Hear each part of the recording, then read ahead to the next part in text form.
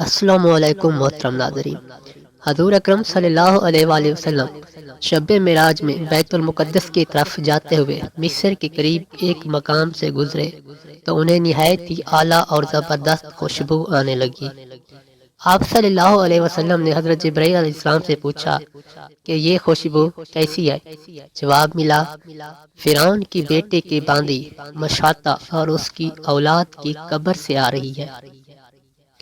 پھر حضرت جبرائیل علیہ السلام نے اس کا قصہ بیان کیا کہ مشاطہ فرعون کی بیٹی کی خادمہ تھی اور وہ خفیہ طور پر اسلام لا چکی تھی۔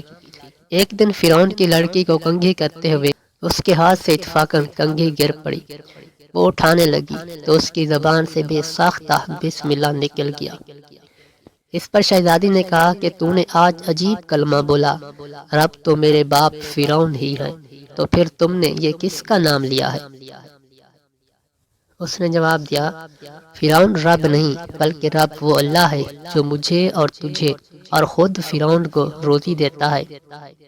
شہزادی نے کہا، اچھا تو میرے باپ کے سوا کسی اور کو اپنا رب مانتی ہے؟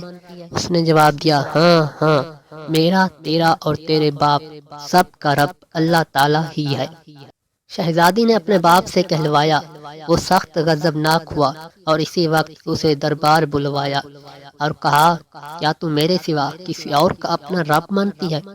اس نے کہا کہ میرا اور تیرا رب اللہ تعالیٰ ہی ہے جو بلندیوں اور بزرگی والا ہے۔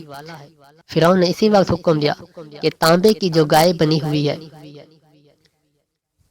اس کو خوب تپایا جائے اور جب بالکل آگ جیسی ہو جائے تو اس کے بچوں کو ایک ایک کر کے اس میں ڈال دیا جائے، آخر میں خود اسے بھی اس میں ڈال دیا جائے۔